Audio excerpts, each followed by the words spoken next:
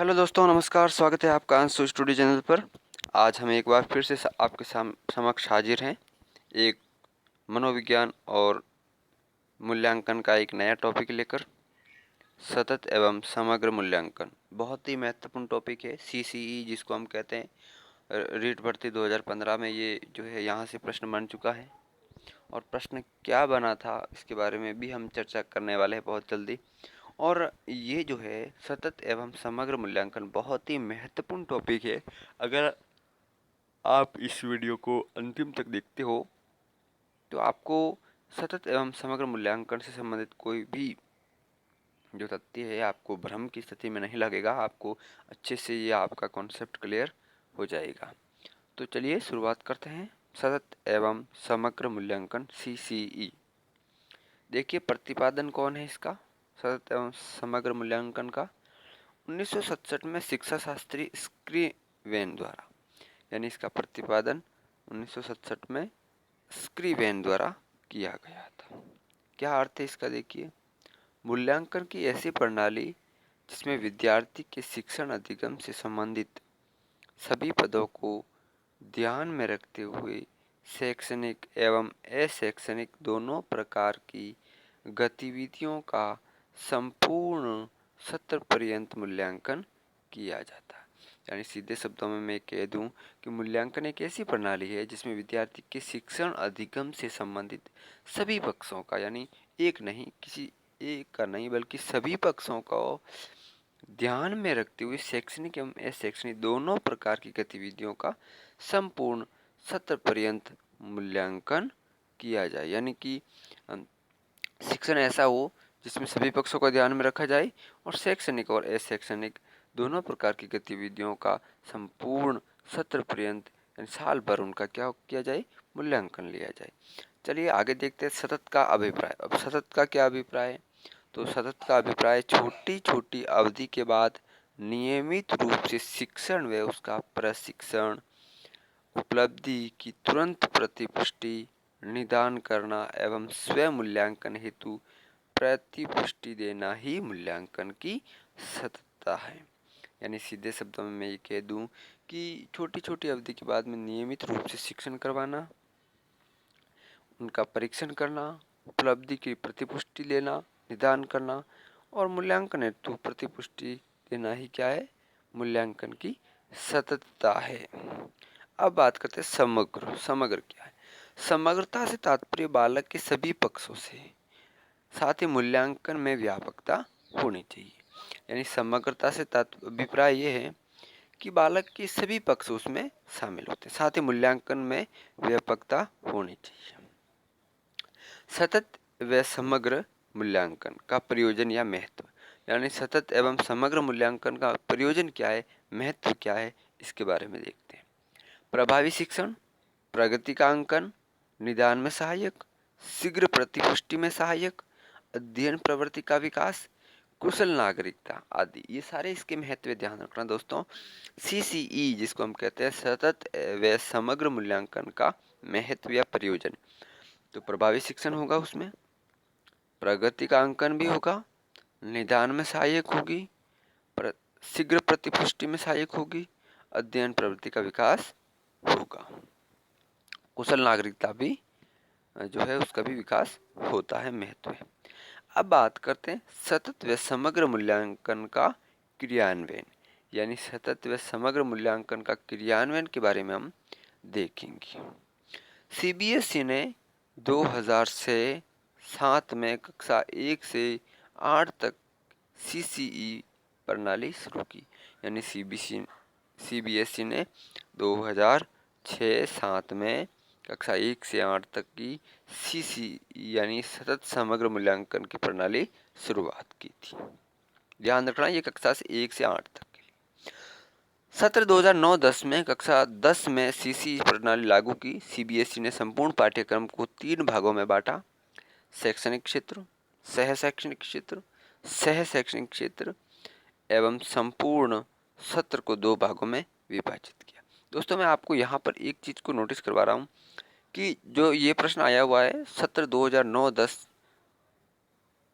में कक्षा 10 के लिए सीसी प्रणाली जो है शुरू की थी। यानी कि प्रश्न इस प्रकार से था, रीट 2015 में प्रश्न था, कक्षा 10 में सतत व समग्र मूल्यांकन यानी CCE की प्रणाली कब शुरू की गई? ऑप्शन थे 2006-7, 2007-8, 2008-9 और 2009-10। तो ध्यान रखना 2009-10 में जो है CCE प्रणाली शुरू की थी। अब बात करते हैं, तो संपूर्ण सत्र को दो भागों में विभाजित किया। देखिए सत्र देखिए, इसके मूल्यांकन की कैसे प्रकार से होता है। टर्म फर्स्ट देखिए, FA जिसको हम यहाँ पर दे रखा है मैंने, FA फॉर्मेटिव असेसमेंट 40 नंबर का होगा, और SA जो कि है समेटिव असेसमेंट। फर्स्ट असेसमेंट देखिए 10 नंबर का होगा, 10% का होगा, और सेकंड फॉर्मेटिव असेसमेंट होगा 10 नंबर का, और उसके बाद में क्या होगा, समेटिव असेसमेंट होगा जो 30% का होगा। टर्म सेकंड देखिए, टर्म सेकंड में क्या है, फॉर्मेटिव असेसमेंट में देखिए ये तीसरा भाग होगा, यानी ये भी 10% का होगा, और फॉर्मेटिव असेसमेंट चौथा भी 10 का होगा। यानी कि फॉर्मेटिव जो असेसमेंट होते हैं प्रथम सत्र में 2 होंगे, और टर्म में और सेकंड टर्म में भी 2 होंगे, और प्रत्येक 10-10 नंबर के होंगे। और समेटिव असेसमेंट जो है वो भी टर्म फर्स्ट में 1 होगा जो 30% का होगा, अंकों का होगा, और यहाँ पर भी सेकंड टर्म में भी ये समेटिव असेसमेंट जो है सेकंड होगा, जिसको वो भी 30% का होगा। यानी कि 50% हो जाता है इस प्रकार से। यानी आप इस चार्ट को ध्यान से देखिए, टर्म फर्स्ट और सेकंड में बांटा गया है। FA जितने भी है वो सारे मूल्यांकन के 10% के अनुसार हैं, और SA जो है वो थोड़ा सा बड़ा एग्ज़ाम है, उसके बारे में 30% का जो अंक उसमें जोड़े जाते हैं।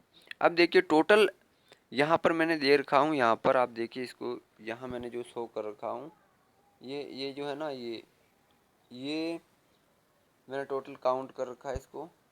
आप देखिए इसको बहुत अच्छे से कि FA फॉर्मेटिव असेसमेंट 40 नंबर का होगा टोटल। देखिए आप भले, क्योंकि फॉर्मेटिव का ये 20 ये हो गया, और 20 का ये हो गया, 40 हो गया, यानी FA 10, FA 10, FA 10, FA 10, इसी प्रकार से आप देख सकते हैं टोटल 40 हो जाते हैं फॉर्मेटिव असेसमेंट के। अब बात करते हैं तो समेटिव असेसमेंट, देखिए यहाँ पर 30 नंबर का ये रहा, 30 नंबर का इधर देखिए आप, SA फॉर्मेटिव 30 अंकों का यहाँ पर है, और यहाँ पे भी 30 अंकों का, तो ये 60 अंकों का फॉर्मेटिव असेसमेंट हो जाएगा। दोस्तों टर्म सत्र में भी 50% का जो है मूल्यांकन हो जाता है, और टर्म सेकंड में भी 50 का हो जाता है। आप देख सकते हैं यहाँ पर, ये वहाँ पर जोड़ा गया बताया, FA फर्स्ट सेकंड में ये 20 नंबर हो जाते हैं, फिर SA समेटिव असेसमेंट के 30, इस प्रकार से 50 का हो गया, यहाँ पर भी 50 हो गया। देखिए आप, तो ये 50-50 का दोनों टर्म होता है, लेकिन समेटिव असेसमेंट 60% का होगा, और फॉर्मेटिव असेसमेंट 40% का होगा। अब बात करते हैं ग्रेडिंग फार्मूला। ग्रेडिंग फार्मूला क्या है? प्राप्तांक, ग्रेड, ग्रेड पोस्ट। 91 से देखिए आप, प्राप्तांक 91 से 100 तक किसी बच्चे के अंक आते हैं तो वो A फर्स्ट में आता है, यानी A+, यानी कह सकते हैं हम, उसमें ये आता है। ग्रेड 10, ग्रेड पोस्ट होगी 10। 81 से 90 तक का जो बच्चा आएगा वो A सेकंड में आएगा, A सेकंड में आएगा, और 9 ग्रेड पोस्ट होगी। 71 से 80 तक जो बच्चा आता है, अंक लेकर आता है, वो B फर्स्ट में होगा, और वो 8 ग्रेड पोस्ट उसकी होगी। 61 से 71 के बीच में B सेकंड जो है ग्रेड आती है, और 7 पर जो है पोस्ट ग्रेड पोस्ट होगी। वहीं 51 से 60 तक C फर्स्ट आएगा, जो ग्रेड पोस्ट 6 होगी। 41 से 50 तक C सेकंड आता है, जिसकी ग्रेड पोस्ट 5 होगी। 33 से 40 तक जो है ग्रेड D होगी, और ग्रेड पोस्ट होगी 4। 21 से 32 तक नंबर कोई लेकर आता है बच्चा, तो E फर्स्ट होगा, और 0 से 20 तक E सेकंड। तो इस प्रकार से ये जो है ग्रेडिंग सिस्टम था। आप इसको बहुत ही बारीकी से और समझिए, यहाँ से प्रश्न हमेशा आते ही आते हैं, और बहुत ही महत्वपूर्ण टॉपिक था। इसमें से कहीं से भी प्रश्न पूछा जा सकता है। इसका कोई निश्चित जो है प्रणाली नहीं है कि कहाँ से प्रश्न आएगा। फिलहाल दोस्तों, मेरे चैनल को आप जो है सब्सक्राइब कीजिए, लाइक कीजिए, शेयर कीजिए, ताकि दूसरे दोस्तों को इसका फ़ायदा मिले और आप रीट से संबंधित सतत एवं समग्र मूल्यांकन से आप परिचित हो चुके हों। अब आपको कोई दिक्कत नहीं आने वाली इस टॉपिक में। तो चलिए, नए वीडियो के साथ में फिर से हाजिर होंगे और आपको नई जानकारी से रूबरू करवाने वाले हैं। तब तक के लिए नमस्कार।